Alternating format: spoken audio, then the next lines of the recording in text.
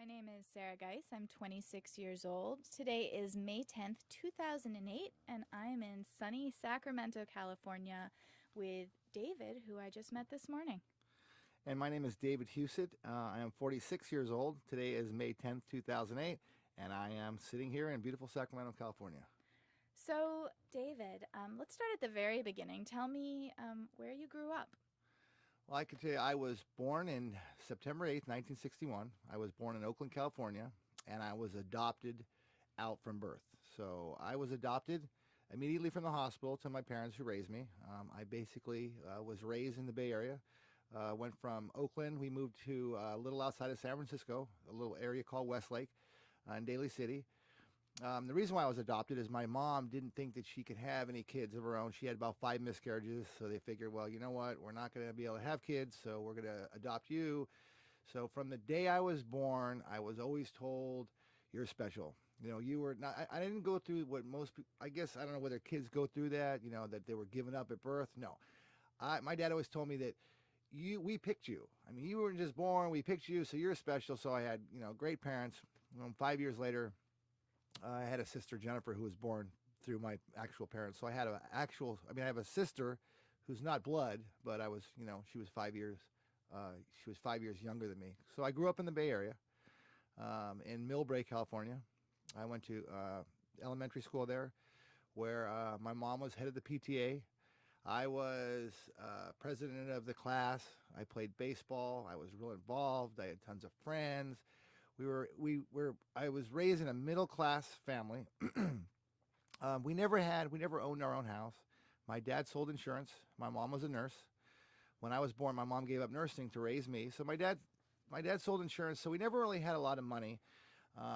The only time my parents really ever had an argument was over money, and it was never an argument where they, were screaming and yelling. It was just, I knew that if we had more money, they probably wouldn't be arguing.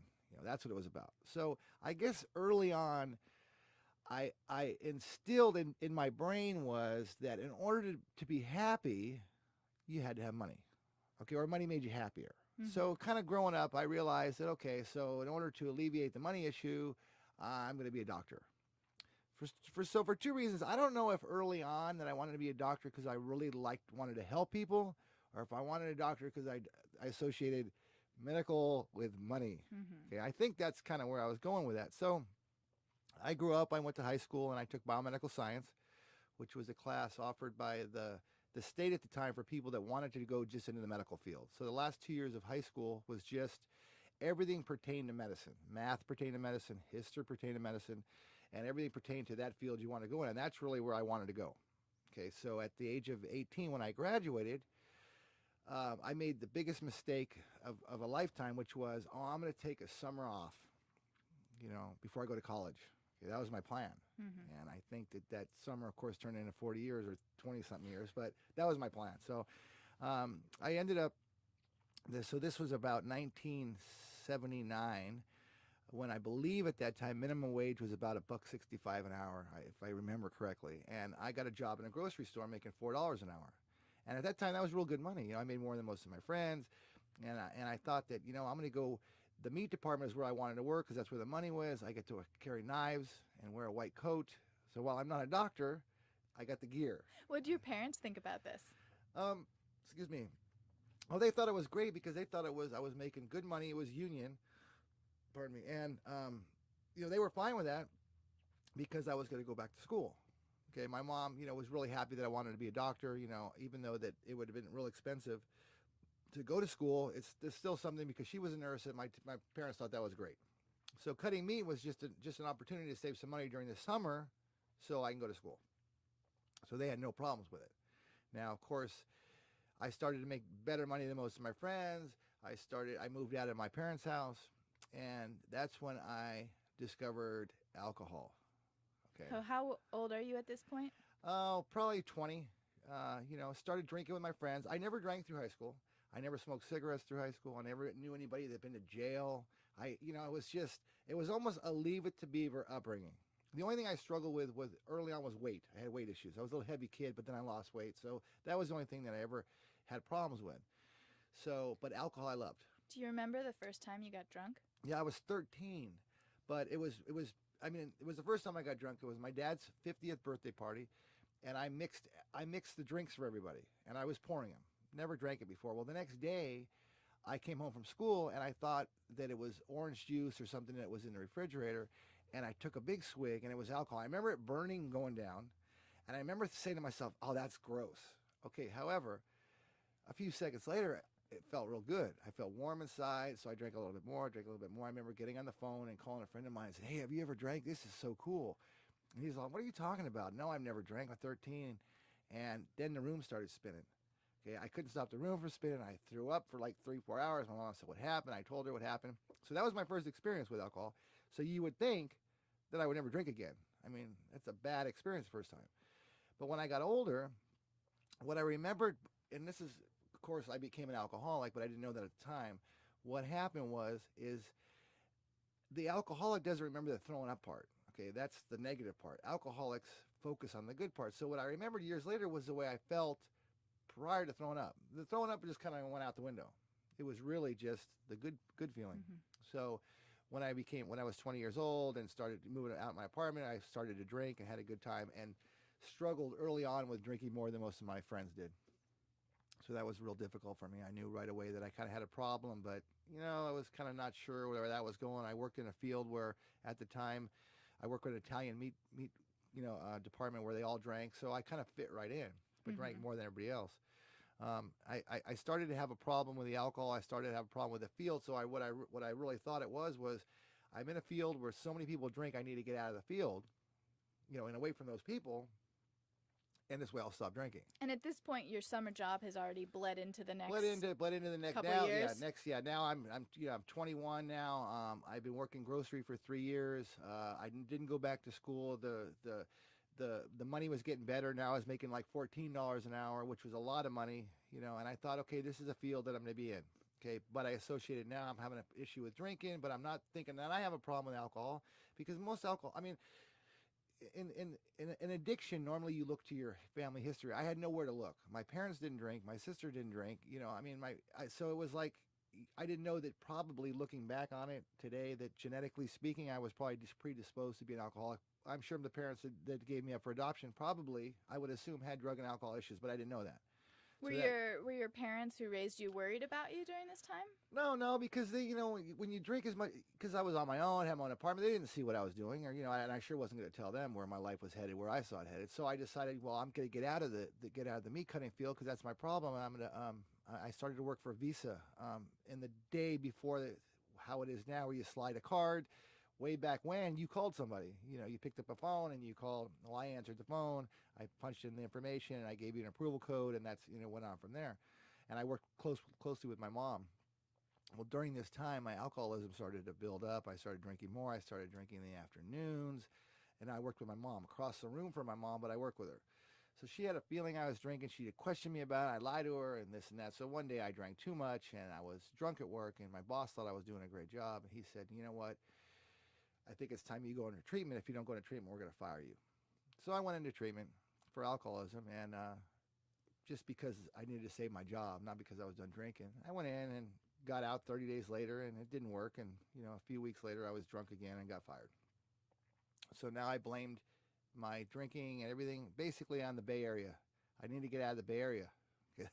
So I ended up moving down from the Bay Area. I'm still in the Bay Area, though, to San Jose. I started working for the meat department again, another company. I tried to stay away from alcohol, and I couldn't do it. So I ended up working for this meat company in San Jose. I met a meat cutter, Diana, who was my first wife. We got married, and we came up to Sacramento. We came up to Sacramento in probably 1990, and decided that I need to get away from the Bay Area. Did Diana drink also? Diana drank socially. She was an alcoholic. Her dad was his dad was old school, did a lot of heavy construction. They drank socially. They could drink on weekends, have a good time. Now, of course, I fit right in because no one knew how much I was drinking. So I got a job at a meat company up in Sacramento called Rayleigh's. She worked for Rayleigh's as well. We worked at different stores. I started cutting meat again. Now, we would come home and she'd have a cocktail. Now, before I came in the door, I'd have a half pint, but she didn't know it. Of course, this thing started building up again, where I was hiding it, drinking way too much, started drinking at work. Got into taking some pain pills because I had to have surgery. Now I'm addicted to alcohol and pain pills. And how are you sort of feeling emotionally about your life right now?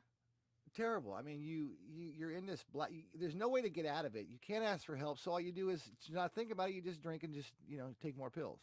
So Mm-hmm. it's a never-ending cycle. At what you're gonna do, you start to feel bad. Well, you just drink. Okay, and there's no way, and you don't want to ask for help. You don't want to do this. So, of course, it ended up falling apart again. I ended up going into another rehab. Went into the rehab again to save my marriage and to save my job. Got out, and I wasn't done drinking. So of course, my marriage fell apart. My wife left me, and my life completely fell apart.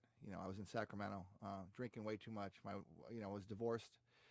Met another girl who drank and this time did drugs, and thought, okay, well, we'll just do this for a while. I did that for a while, and we ended up getting married. That fell apart, and this whole time, I based everything. I was an absolute real jerk. I had things because I had a good job. I had a good car. I had, my own apartment. I had everything that you could really want. I looked down on people if they took the bus. You were. I can't believe you were on a bus. If you used food stamps, you were a loser. If you were homeless, you were just like didn't want to work. I looked down on people because I based everything on how much money you made, who you were, what kind of car you drove, where you lived. Okay, I had no God in my life. I wasn't spiritual.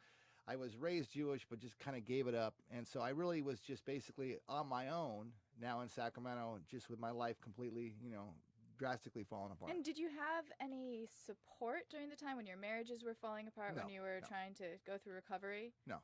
I did it, I had friends in recovery, but I wasn't done drinking and I wasn't done doing drugs. I didn't know how to quit. I was miserable. And looking back on it, it was because I had no God and no friends and no support. But I didn't know that at the What time. about your family? My family was in the Bay Area still.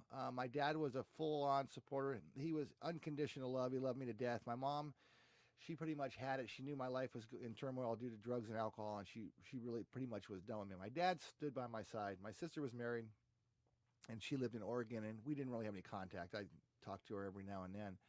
Well, one thing led to another, and I started running out of money, and I realized early on that when I worked for Visa, I saw a lot of money and loss and stolen travelers checks, and I saw the ins and outs on how the system works. So I said to myself, well, I'll go to the banks and I'll produce them I'll show them how they could save money. So I went to the banks and said, here's where you're losing money, here's how you can save money. And they said, oh well, we have insurance for this, we write it off. So this was in like 1991. I thought, well, you know what, you could write this off then. So I started to manufacture driver's licenses, social security cards, checks, and I ran this stuff and to the point of where I owned 6 houses. I had every kind of car, every kind of motorcycle, all the drugs, all the women, all the things that you could possibly own in a lifetime, and I was miserable. Okay, now, I mean, so I was drinking and doing drugs during this whole time, but had all these things, and I wasn't really. I gave most of it away. I can't explain it, the feeling you get when you have more money than you have, but it's not yours. Okay, so I had enough knowledge and still the way I felt about things and knew that it wasn't right, but I drank more and didn't really care because I was giving it away. I felt like Robin Hood. What would you say when you met someone and they said, what do you do for work? I said, I'm a computer fraud expert. Okay, and these are the friends I had. Now you got to understand that all the people that I hung with, I was at that point literally a god in my own world. Everybody looked up to me because I had everything.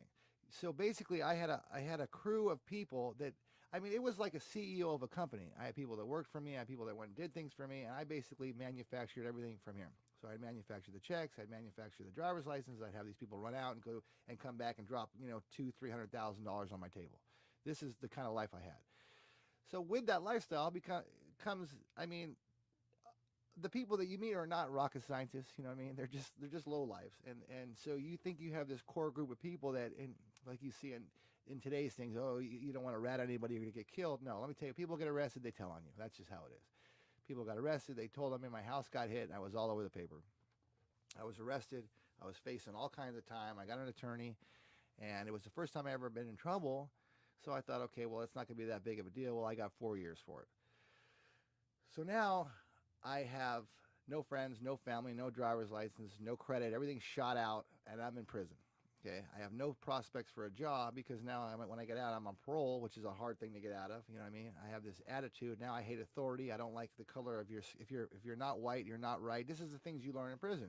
I learned to survive in there. I learned to hate them. I hate people for the color of their skin. I learned to hate authority. These are the things that prison teaches you. How does it teach you to hate people because of the color of their Because skin? you have no choice in prison. I can't hang with people that I'm friendly with. If you're black, if you're not white, and I'm caught talking to you, either my own race is going to beat you up. It's political. Okay, so whether you want to be like that or not, either you join a gang more or less, or you're right. You're the color of your skin. If you're white, and you have a friend on the streets that you grew up with that was black, and you see him, if you even look at him, your own race is going to take care of you. Okay, so, and obviously you don't like the police because they're the ones that, you don't see your part in any of this. You have no part in it. You committed a crime. These people have something to do. They're police officers and they're guards and they're correctional officers. No, you look at them like the enemy because you have done nothing wrong. You're at a bad place at a bad time, and you just have to, someone turn you in. That's why I was in jail. You ever tell anyone in jail that you're Jewish? No, because I never really claimed, the whole Jewish thing, no. I probably wouldn't, just for the fact that if you're running with the right white supremacists, it's probably not the greatest thing to be. But no, you don't, you're just white. I mean, your religion really never comes up in prison, just the color of your skin does. So it sounds to me right now you're telling me the series of events, and at the time it's all situational. You were in the wrong business. Place. You were in the Bay Area. Yeah. This just happened to you. Yeah. It was. I looked at it really like just bad luck. Okay, that's how I looked at it. If I had things in my life that were good, it was good luck. So there was a lot of good luck and bad luck. Bad place, wrong time. So when I went to prison the first time I thought, well, when I get out, my issue is I just don't want to tell anybody, because I'm not going to tell it myself. So if I just don't tell anybody what I'm doing and continue doing these things and just stay under the radar, I could just continue with this lifestyle and nothing will happen to me. So how long were you actually in prison? I was in prison 2.5 years, paroled out, and was out 86 days and got arrested again for the same crime. This time they wanted to give me 18 years. That scared me. This time I realized, you know what, I don't want to live like this anymore, but I didn't know how to ask for help. But I did ask I said, can you send me to a program in prison to help with my addictions? Because I was addicted to methamphetamine and I was addicted to alcohol. When you were in prison, could you get a hold of those drugs? Oh, yeah. There's more drugs in prison than there is in the streets. Yeah, but I chose not to do them in there. I didn't make that conscious decision in there. I didn't want to do drugs because you can get in a lot of trouble doing drugs in prison. And I didn't drink. So I asked for a program. I went to a place called California Rehabilitation Center in Norco, California, where instead of giving me all this time, which was 18 years, they gave me 6 years. However, when you go down there, it's about a 2-year program. So instead of learning how to hate, learning this, you're going to groups. You're getting education. You're learning about relapse. You're learning about your addictions. You're learning about self-esteem, why you did drugs, why you did the things you did. And when I was there, I heard someone speak, and this guy had a lot of time in prison. And I realized that there's another way to do this. He had a family. I heard he had spirituality. He had a God in his life. He had friends. And he had all this history of being in prison. And there's something he said. I said, you know what? There is a way out of this. So I studied when I was down there. I got out, came back to Sacramento. I arrived in Sacramento with $80 in my pocket. I had 6 months of a recovery home to go to that the state would pay for to get my life to go. And I had no driver's license, no friends, no family, no credit was shot. I was on the bus. I was using food stamps. So, you know how when I was in my addiction, I thought that if you lose food stamps and you were on the bus, you were a loser, and you didn't. So what God did for me is He made me. Basically, I was homeless. I had no friends, no family. I took the bus. He humbled me, is what He did. He said, you know what? You were a jerk when you had it all. I'm going to show you how to look at life differently. So when you have lost everything, everything, friends, family, everything that society is, and you have all there is now is yourself on the very bottom with no home, nothing. You have a new way of looking at things. And one thing is you're grateful for just the air you breathe. Okay, I wasn't grateful for anything.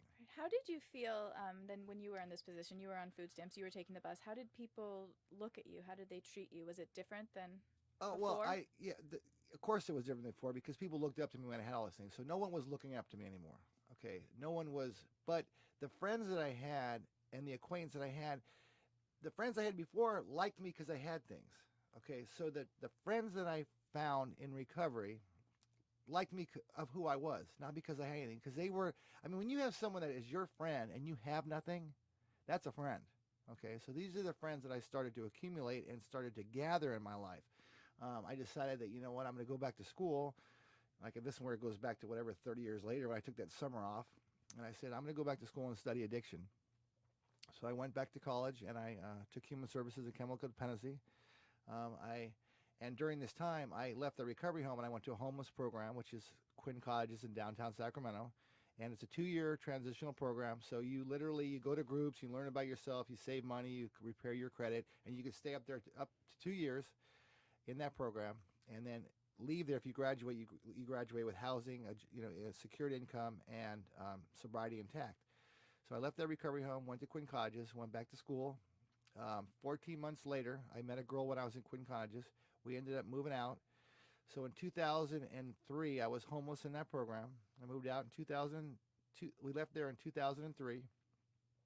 And I, with a decision that I'm going to rent an apartment with her for 1 year, and then we're going to buy a home. So 1 year to the day, we rented an apartment on a golf course, and then bought the house that I'm in today. And escrow closed like a year. I mean, a year to the day after we moved out of Quinn Cottages. So what's this girl's name? Her name's Nanette Obbett. Nanette, and she had a daughter, Lacey, who's my daughter today. I mean, she's not my adopted daughter, but we ended up getting married, and I've raised Lacey. Now Lacey will be 13 on May 18th. I knew Lacey when she was 5. I met her, Lacey and Nanette, when Lacey was 5. Nanette works for Legal Services in Northern California, which does nonprofit work does all the legal work for indigent people that have no say and no voice, because when you're homeless, you have absolutely no voice. So they do all the legal work. They did the legal work for our program to open up Quinn Cottages, and we have a sister program, which is Cerna Village, named after Mayor Cerna, which is a permanent supportive housing for 84 families.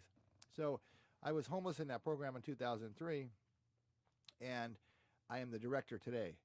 So what I bring to the people that are coming through there today is I know what it's like to push a shopping cart. I know what it's like to eat at Loaves and Fishes. I know what it's like to have no self-esteem and think that your whole life is ruined. You're a convicted criminal. Your life is over. You'll never get out of this hole. So what I bring to Quinn and the position that I'm in now is I get people every day that are interviewing to come in. We have about a 4-month waiting list. They come into the program. They sit in front of me and we talk. And I don't tell them that, they just see they come into the director's office, they see me, and I don't carry myself on director. That's the title that I do have. What I bring to them is, after it's all said and done, I just let them know that, that anything is possible. You have 2 years to turn your life around. And this is a second chance in life, and most people don't get that. I sat where you're sitting 4 years ago or 5 years ago, begging to come to this program. I know what it takes to succeed. So I expect that you succeed in this program based on the only person stopping you from going forward is yourself. So I bring that to the table. So today, my life is completely full circle. If you would have told me, number one, when I was 18, 19, that I'd ever been to prison, I would have said you're crazy. If you would have told me when I had all this money the first time that I'd ever be working for a nonprofit, helping, being the voice of the homeless, I'd say you're crazy. Because if you would have told me that a homeless shelter was going to go in my neighborhood, I would have been down there at City Hall saying not in my neighborhood. So I've come full circle, and today I look at people as individuals. I look at people with a whole new set of eyes. I am grateful for every single day that I have today, because until you've lost it all, including your freedom, you don't realize what it's like to truly be free. So I know I've spoken with lots of other people from Sacramento who are working for these nonprofits that are advocating for homeless people, and there are people here trying to shoo away these programs from their neighborhoods. Just the sort of thing that you said that you would have done, and since I guess, is it a benefit for you to understand both mindsets, and what do you say to these people? Oh, it's a great benefit, because what I do is, when I walk into a room, and in these rooms where there's half the room is arguing for the fact that it shouldn't be here, and the other half is arguing that it should be here. The people that are arguing that it should be here, lots of times they're homeless themselves, so they're arguing the fact that they want this. And then you do have the other side. What I bring to the table is that I was pushing a shopping cart, and now I own my own home, so I know what it's like when programs come in and educate the homeless and what it takes to move forward in their lives. So if they're not going to go anywhere. They're not leaving. So unless you give them the opportunities to move forward, which is, a stable housing environment, a place to take a shower, where someone could help them with a resume, where they could get their mental health issues, settled in, and they could be stabilized. Unless they get that opportunity, they're just going to be pushing shopping carts the rest of their lives. So I tell them, because they'll look at me and think, well, you have no idea. You don't, no, I know what it's like to be homeless. I mean, even the people that are coming out of prison, people want to throw them away and put them in prison and throw away the key. 90% of people that go to prison are coming home, and they're coming back to the neighborhoods they came from. So unless you give them the opportunity to get rehabilitated, they're not going to change. Do you think that message sinks in, or do people need to go through it themselves to understand? I think that until it actually affects you, until you're actually affected by something, it's like anything else. Look what's happening all over the world. Look what happened with the devastation in Myanmar. Yeah. Now, that's hundreds of thousands of people. I mean, we can't even. I don't even think people really can realize. I mean, 9/11 killed 3,000. This is hundreds of thousands. It's hard to conceptualize. It's so huge. But people, you can walk down the street and people don't even know what happened because it's not affecting them. Unless you're affected by, that's what happened to me. Until I went to prison, I would have said, you know what, lock them away and never give them a chance to get out. Until I was homeless, I would have said, no, let them push shopping carts. They want to live under a bridge, let them live under a bridge. Until you're affected, and that's what happens. I mean, the saying with, and I'm sure you know this, it's about, and I forget how it goes, but I forget who said it. You may know. And when they're talking about when they came for the Jews, you heard this? It was said, well, when they came for the Jews, I wasn't Jewish, so I didn't say anything. And then when they came for the coal miners, I wasn't a coal miner, so I didn't say anything. And then, of course, when they came for me, there was no one left to say anything.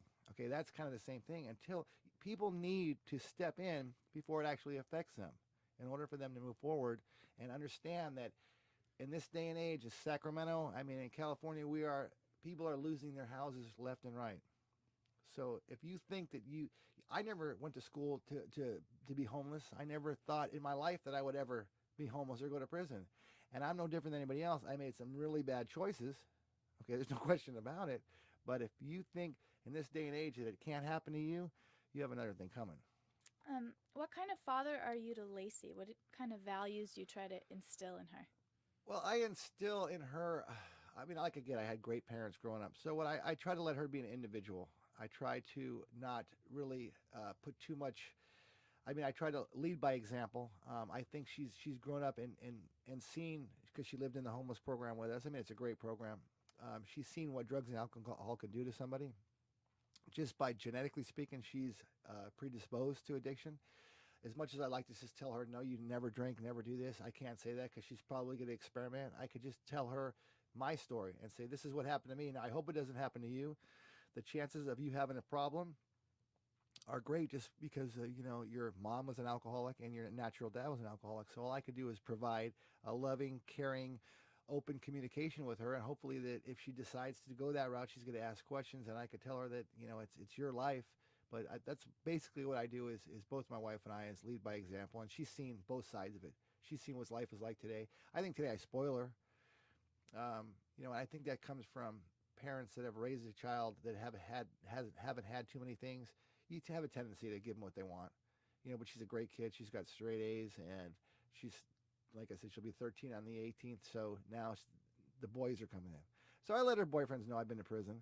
You know what I mean? I just let them know off the bat that I just want to let you know that I've been to prison, and I've got urinalysis tests at my house that most parents probably don't have. And I tell her, I said, when you come home, you're going to pee in a cup. So I guess part of it is because I know what boys can do, and again, I know that I can't protect her as much as I like to, and whatever's going to happen. And it's scary this day and age.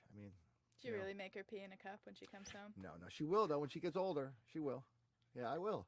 Trust and believe. Yeah. So what makes you happiest now? Being free. In the position that I have now, what makes me happy is coming home to my family. I have a dog, Oreo. I love my family. I have a house with a white picket fence. I have a job that every day I get up and go to work, and I get to see the possibilities in someone moving forward. To see someone come in without their children, homeless, hopeless, and to see them move forward and graduate. I think that makes me the happiest in the field that I'm in. I don't do it for the that a boy or thank you, but when you could see somebody that you've spoke with and given the opportunity to and move forward, and they come through and graduate, and you see them later on. We have had 18 people that have come through our program that are now homeowners. To know that you were a part of that, not that I made them do that, or I was the one that was, but maybe something that I said was inspirational in turning their lives around, that pay it forward kind of thing. I think when someone comes in and says thank you, I mean, that is more payment than you could possibly ever get. I mean, in the nonprofit, it's not about the almighty dollar like I used to think it was. It's not about having the biggest house and the greatest car. It's about having, it's going to work every day. I've never had a job that I get up and I love going to work. Every job I've ever had in my life, after a period of time, it's all about, oh God, looking at the clock, or thinking, how can I, just waiting for that vacation, or how can I call in sick, or how can I get out of here early? No. And before I came here, I went by work, just to go by and see what's going on over there. I love what I do. That makes me happy. Is that how you, I guess my question is, how do you sort of protect yourself? You hear all these sad stories all the time. I know this from listening to stories and trying to help people, but how do you not let it depress you? Well, it's the same thing. Like, and I deal with. We have 60 participants in our program. We call them participants because they're actually participating. And I have staff that works for me that really does one-on-one counseling with them. And that's how I started out in this field. I did a lot of that. And I was told early on by mentors and by professors that I had that, and you could say this all day long, but it's really difficult not to become emotionally attached to somebody in this field, especially in a program that's like 30 days. Well, you kind of see somebody and they're out. But when you have a 2-year program and you see somebody every day for 2 years, you can't help but kind of bond with that person or get emotionally attached. And that's where you really have to separate, and you really have to take care of yourselves, because some of these stories are heartbreaking. I mean, we've had 18 people that bought houses, and that's great. We've also had 10 people that have passed away. So how do you measure that? You have to have a real strong support system. I mean, I'm in recovery, so I have people that I speak with. Because it's difficult. While there's a confidentiality aspect of it, it's still devastating.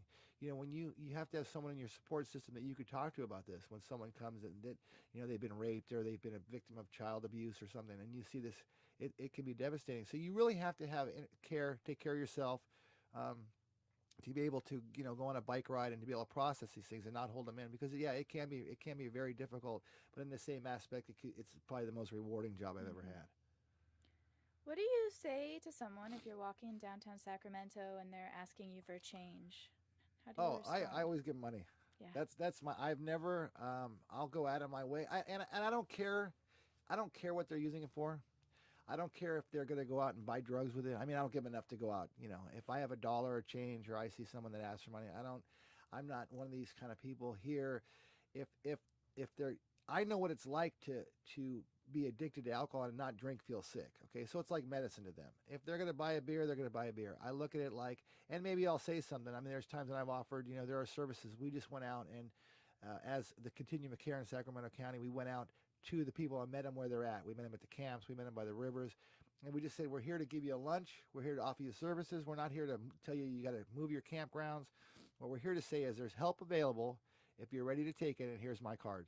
And that's all that we were there to do. So, yeah, I don't. If someone asked me for $1 and I got change, I give it to them. How did the relationships with your family you grew up in, heal? How have they evolved? Both my parents have since passed away. My dad was. I was able to get out of prison, turn my life around. I was in the program that I'm the director at now. I was living there when my dad passed away, but I was able to, when I got the call that he had a heart attack, I was able to go down to the hospital. We mended our relationships. He was always one of my greatest supporters. I wish today that he could have seen. I believe that he's up there, looking down and seeing what I've become. I never really made amends with my mom. She always was pretty much disgusted with me, but I look at the big picture, that if there is a God and there is a heavens, which I believe that there is, that they're there and they're looking down and they see what I've become and where my life is headed. I think they would be truly proud of me today. I am so glad, looking back on it, that I'm a drug addict, that I've been to prison. All these things happened to me. Now, of course, when I was going through it, no, I would never wish prison on anybody, but for me, that's what I needed to be grateful for everything that I have today. I mean, if that makes sense. I am completely, if I lost all that material stuff, the house with the picket fence and my new car and lost all that, as long as I had friends and family, which I have, and they're not going anywhere, I'd be completely happy. So if you think that life is all this material stuff, trust and believe that it's not. So, if your parents are listening now, what would you tell them? Oh, that I love them and they raised me great, and the choices that I made had nothing to do with the way they raised me, and that it was all my choices and my decisions, and that I had to take those roads. I had to go down that road, and whatever they would have done, and that's what it is with my child. I can't protect them. They're gonna hit their heads, and that's basically they supported me. They love me unconditionally, and I made the choices and the decisions that I made for whatever reason. And I truly believe that I'm here today doing this kind of stuff, which I never would have ever imagined because of what I've been through. And I think now that what I've been through can help others that are going through it or that may go through it in the future, that there is hope, there is help, and there is happiness at the end of that road. So, what do you think? I guess I've asked this before in a different way, but what I'm wondering is, for you did have to go through all this. You had to go through prison and addiction and losing everything to understand what's important. But for people who might not have the good luck to go through that, how can you get through to them? The people that you mean the people that are not grateful? The people who aren't grateful, the people who are looking down on people riding the bus, the people who are just, let them sleep under the bridge. Unfortunately, all you could do is you could advocate. You could be there as a voice again for the homeless that have no voice. But people are going to be people, and unfortunately, you can't make people think a certain way. You can, I mean, you're going to have a mindset of, nothing. I don't know what really could change a person's mind that truly believes that unless they know someone or it happens to them. Because what is going to change that? What is going to make someone that that hates somebody for the situation they're in, or that's been to prison, or that's homeless, or whatever. Until it happens to you, it's real difficult. But if they see enough stories of people that have made it through, and it touches them in a certain way, that's the only way that it's really going to change. Is people need to understand that everybody is an individual.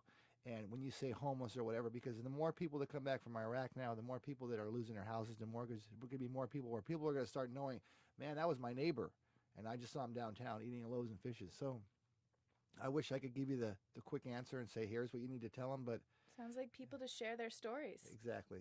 That's it. You seem really accepting of your own story. When do you think that started to happen for you? And can you look at As far as what do you mean? Sort of your ability to tell people about what you've been through, or just sort of feel okay with the fact that you had been through all that those really hard times because it somehow taught you something. Yeah, well, I think for me that part of what I got into was helping people. Was really helping people to move forward was to tell my story. I think for me, what changed me was when I was in prison and I heard that guy talk, and he went out there and I heard, and at the time I didn't really hear that he had friends and family. I heard that he had a nice house and he was sober and he had a family. And so those are the things that I wanted. And that was when I made a decision that, it was because of what this gentleman said made me turn the way I really thought about. So I thought that if he did that to me, and I'm sure he's not the only one that he did it to, that imagine that if I can do that to somebody. So one of my goals was to spread the word when I was there. And what I wanted to do was go back into prison and speak to people that were in the prison. And last year I went to Solano Prison and I was invited to go there and speak to the people that were graduating the GED class and the ones that were getting their bachelors, and these guys were never getting out of prison. Okay, these were lifers. So while my story can really help someone that's out there struggling, it was a real different crowd to talk to someone that's never getting out of prison. But what I realized is prison is a state of mind. I was in prison on the streets when I was when I was addicted to drugs and alcohol and addicted to that lifestyle. I was in a prison of my own. I wasn't happy. I was miserable. Now, inside, you could be free in your mind. Even though your body is locked up, you could still get outside those things by helping another human being. You could live vicariously through somebody else. You could save another person's life while you're in there. Tell them what you did and what's not to do. When you come to that stop sign in life and you can go right or left and you keep going right and you keep hitting a brick wall, this time why don't you go left and see what happens? You know what I mean? And so if you could live through somebody else, that's better than, being addicted and on the streets like I was. Well, thank you so much for coming in today. Oh, you're welcome.